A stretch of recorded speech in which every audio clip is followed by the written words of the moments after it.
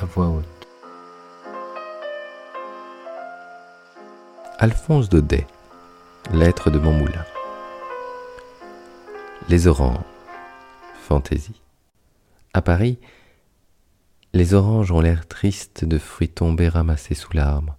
À l'heure où elles vous arrivent, en plein hiver, pluvieux et froid, leur écorce éclatante, leur parfum exagéré, dans ces pays de saveurs tranquilles, leur donne un aspect étrange, un peu bohémien.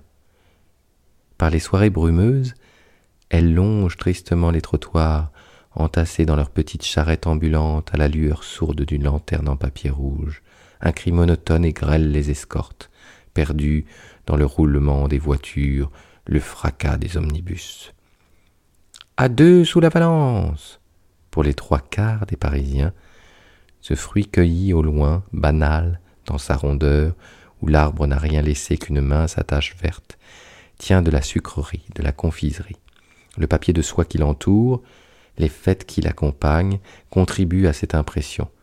Aux approches de janvier surtout, les milliers d'oranges disséminées par les rues, toutes ces écorces traînant dans la boue de ruisseaux, font songer à quelque arbre de Noël gigantesque qui secourait sur Paris ses branches chargées de fruits factices. Pas un coin où on ne les rencontre, à la vitrine claire des étalages, choisis et parés, à la porte des prisons et des hospices parmi les paquets de biscuits, les tas de pommes, devant l'entrée des bals, des spectacles du dimanche, et leur parfum exquis se mêle à l'odeur du gaz, au bruit des crin-crins, à la poussière des banquettes du paradis. On en vient à oublier qu'il faut des orangers pour produire des oranges, car pendant que le fruit nous arrive directement du midi, à pleine caisse, l'arbre taillé, transformé, déguisé, de la serre chaude où il passe l'hiver, ne fait qu'une courte apparition au plein air des jardins publics. Pour bien connaître les orangers, il faut les avoir vus chez elles, aux îles Baléares, en Sardaigne, en Corse, en Algérie, dans l'air bleu doré, l'atmosphère tiède de la Méditerranée. Je me rappelle un petit bois d'orangers aux portes de Blida. C'est là qu'elles étaient belles. Dans le feuillage sombre, lustré, vernissé, les fruits avaient l'éclat de vert de couleur et doraient l'air environnant avec cette auréole de splendeur qui entoure les fleurs éclatantes.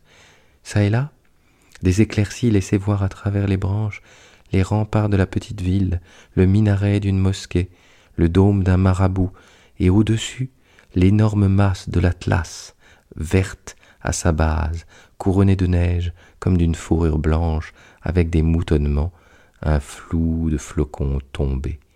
Une nuit, pendant que j'étais là, je ne sais pas quel phénomène ignoré depuis 30 ans, cette zone de frimas et d'hiver se secoua sur la ville endormie, et Blida se réveilla transformée, poudrée à blanc. Dans cet air algérien si léger, si pur, la neige semblait une poussière de nacre. Elle avait des reflets de plumes de paon blanc. Le plus beau, c'était le bois d'oranger. Les feuilles solides gardaient la neige intacte et droite comme des sorbets sur des plateaux de lac, et tous les fruits poudrés à frimas avaient une douceur splendide, un rayonnement discret comme de l'or voilé de claires étoffes blanches. Cela a donné vaguement l'impression d'une fête d'église, de soutanes rouges sous des robes de dentelle, de dorures d'autel enveloppées de guipures. Mais mon meilleur souvenir d'orange me vient encore de Barbicaglia, un grand jardin auprès d'Ajaccio où j'allais faire la sieste aux heures de chaleur. Ici, les orangers, plus hauts, plus espacés qu'à Blida, descendaient jusqu'à la route dont le jardin n'était séparé que par une haie vive et un fossé. Tout de suite après, c'était la mer, l'immense mer bleue. Quelles bonnes heures j'ai passées dans ce jardin. Au-dessus de ma tête, les orangers en fleurs et en fruits brûlaient leur parfum d'essence. De temps en temps, une orange mûre détachée tout à coup tombait près de moi comme alourdie de chaleur avec un bruit mat, sans écho, sur la terre pleine. Je n'avais qu'à allonger la main. C'étaient des fruits superbes, d'un rouge pourpre à l'intérieur. Ils me paraissaient exquis, et puis l'horizon était si beau. Entre les feuilles, la mer mettait des espaces bleus éblouissants comme des morceaux de verre brisés qui miroitaient dans la brume de l'air. Avec cela, le mouvement du flot agitant l'atmosphère à de grandes distances, ce murmure cadencé qui vous berce comme dans une barque invisible, la chaleur, l'odeur des orangers. Ah, qu'on était bien pour dormir dans le jardin de Barbicaglia. Quelquefois, cependant, au meilleur moment de la sieste, des éclats de tambour me réveillaient en sursaut. C'étaient de malheureux tapins qui venaient s'exercer en bas sur la route. À travers le trou de la haie, j'apercevais le cuivre des tambours et les grands tabliers blancs sur les pantalons rouges. Pour s'abriter un peu de la lumière aveuglante que la poussière de la route leur renvoyait impitoyablement, les pauvres diables venaient se mettre au pied du jardin, dans l'ombre courte de la haie. Et ils tapaient, et ils avaient chaud. Alors, m'arrachant de force à mon hypnotisme, je m'amusais à leur jeter quelques-uns de ces beaux fruits d'or rouge qui pendaient près de ma main. Le tambour visé s'arrêtait.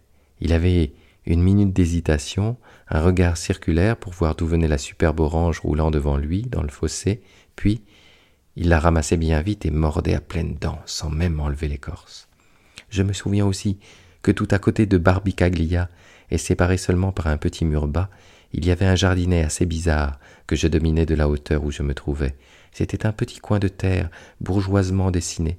Ses allées blondes de sable, bordées de buis très verts, les 2 cyprès de sa porte d'entrée lui donnaient l'aspect d'une bastide marseillaise. Pas une ligne d'ombre. Au fond, un bâtiment de pierre blanche avec des jours de caveau au ras du sol. J'avais d'abord cru à une maison de campagne, mais en y regardant mieux, la croix qui la surmontait, une inscription que je voyais de loin creusée dans la pierre, sans en distinguer le texte, me firent reconnaître un tombeau de famille corse. Tout autour d'Ajaccio, il y a beaucoup de ces petites chapelles mortuaires dressées au milieu de jardins à elles seules. La famille y vient, le dimanche, rendre visite à ses morts. Ainsi comprise, la mort est moins lugubre que dans la confusion des cimetières. Des pas amis troublent seuls le silence. De ma place, je voyais un bon vieux trottiner tranquillement par les allées. Tout le jour, il taillait les arbres, pêchait, arrosait, enlevait les fleurs fanées avec un soin minutieux. Puis, au soleil couchant, il entrait dans la petite chapelle où dormaient les noms de sa famille. Il resserrait la bêche, les râteaux, les grands arrosoirs, tout cela avec la tranquillité, la sérénité d'un jardinier de cimetière. Pourtant, sans qu'il s'en rendît bien compte, ce brave homme travaillait avec un certain recueillement. Tous les bruits amortis et la porte du caveau refermée chaque fois discrètement, comme s'il eût craint de réveiller quelqu'un.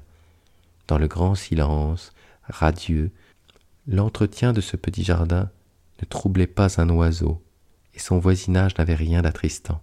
Seulement la mer en paraissait plus immense, le ciel plus haut, et cette sieste sans fin mettait tout autour d'elle, parmi la nature troublante, accablante à force de vie, le sentiment de l'éternel repos.